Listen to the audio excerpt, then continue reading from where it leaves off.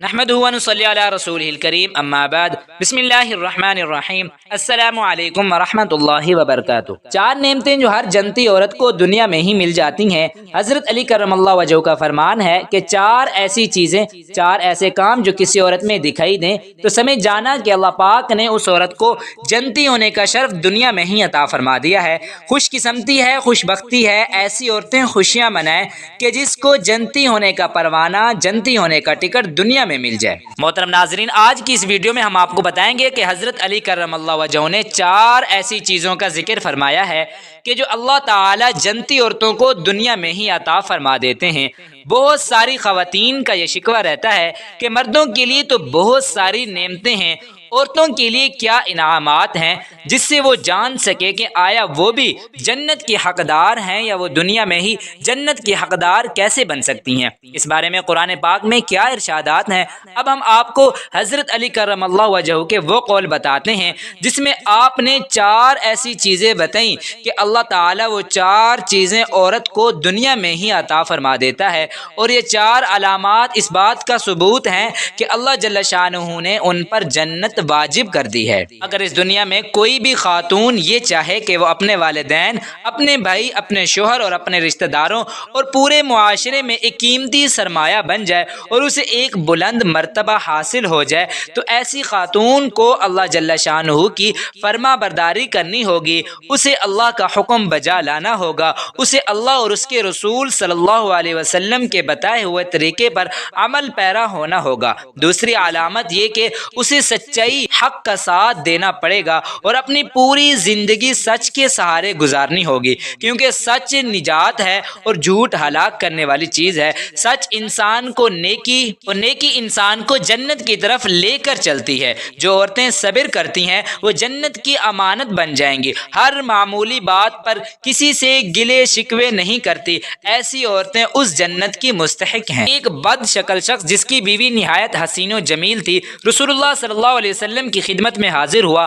آپ صلی اللہ علیہ وسلم نے اس شخص سے پوچھا کہ تیری بیوی تیرے ساتھ کیا برتاؤ کرتی ہے؟ اس نے کہا میری بہت عزت کرتی ہے، میری اجازت کے بغیر گھر سے باہر نہیں نکلتی، اپنے حسن و جمال کا لحاظ نہیں کرتی، میری خدمت کا خیال کرتی ہے۔ یہ سن کر آپ صلی اللہ علیہ وسلم نے فرمایا جاؤ اور اس سے کہہ دو کہ وہ جنتی عورتوں میں سے ہے، کیونکہ باوجود حسن و جمال کے اپنے شوہر کی تابع داری کرتی ہے اور اس کی بدصورتی پر نہیں جاتی۔ محترم ناظرین، ایک مرتبہ حضرت موسیٰ علیہ السلام نے اللہ پاک سے پوچھا اے میرے مالک، مجھے یہ بتائیں کہ اس وقت آپ کو سب سے زیادہ عزیز کون ہے؟ اللہ نے کہا اے موسیٰ، اگر دیکھنا چاہتے ہو کہ مجھے سب سے زیادہ عزیز کون ہے تو جاؤ کنعان کے ایک گاؤں میں جہاں ایک عورت رہتی ہے، اس کا نام دیال ہے اور وہ اس وقت مجھے سب سے زیادہ عزیز ہے۔ موسیٰ علیہ السلام کے دل میں یہ بات پیدا ہوئی کہ میں اس اللہ کی عزیز بندی کی زیارت کروں،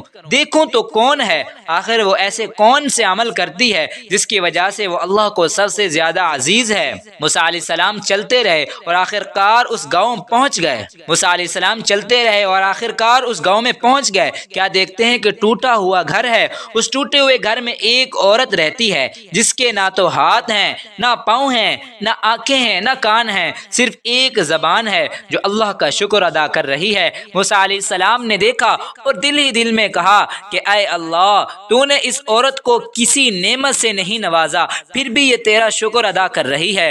بس یہ کہنا تھا کہ وہ عورت کہنے لگی اے موسیٰ، تو اللہ جل شانہ کا نبی ہوگا، مگر میرے اللہ جل شانہ کے لیے یہ نہ کہو کہ اللہ جل شانہ نے مجھے کچھ نہیں دیا، اللہ جل شانہ نے مجھے جو کچھ دیا ہے اس کا میں کبھی شکر ادا نہیں کر سکتی۔ موسیٰ علیہ السلام نے کہا وہ کیسے؟ عورت کہنے لگی اے موسیٰ علیہ السلام، اگر اللہ جل شانہ مجھے قدم دیتا تو میں ان قدموں سے چل کر باہر جاتی، گناہ کرتی، اللہ جل شانہ مجھے عزیز رکھتا ہے، اس لیے اللہ جل شانہ نے مجھے ان تمام گناہوں سے بچا لیا۔ اگر اللہ جل شانہ مجھے ہاتھ دیتا تو شاید میں اللہ کی مخلوق پر ظلم کرتی، اللہ جل شانہ نے مجھے ان گناہوں سے بھی بچا لیا۔ اگر اللہ جل شانہ آنکھیں دیتا تو شاید میں ان آنکھوں آنکھوں سے نامحرموں کو دیکھتی، اللہ جل شانہ نے مجھے ان گناہوں سے بھی بچا لیا۔ اگر اللہ جل شانہ مجھے کان دیتا تو شاید میں گانے سنتی، غیبت سنتی، اللہ نے مجھے ان گناہوں سے بھی بچا لیا۔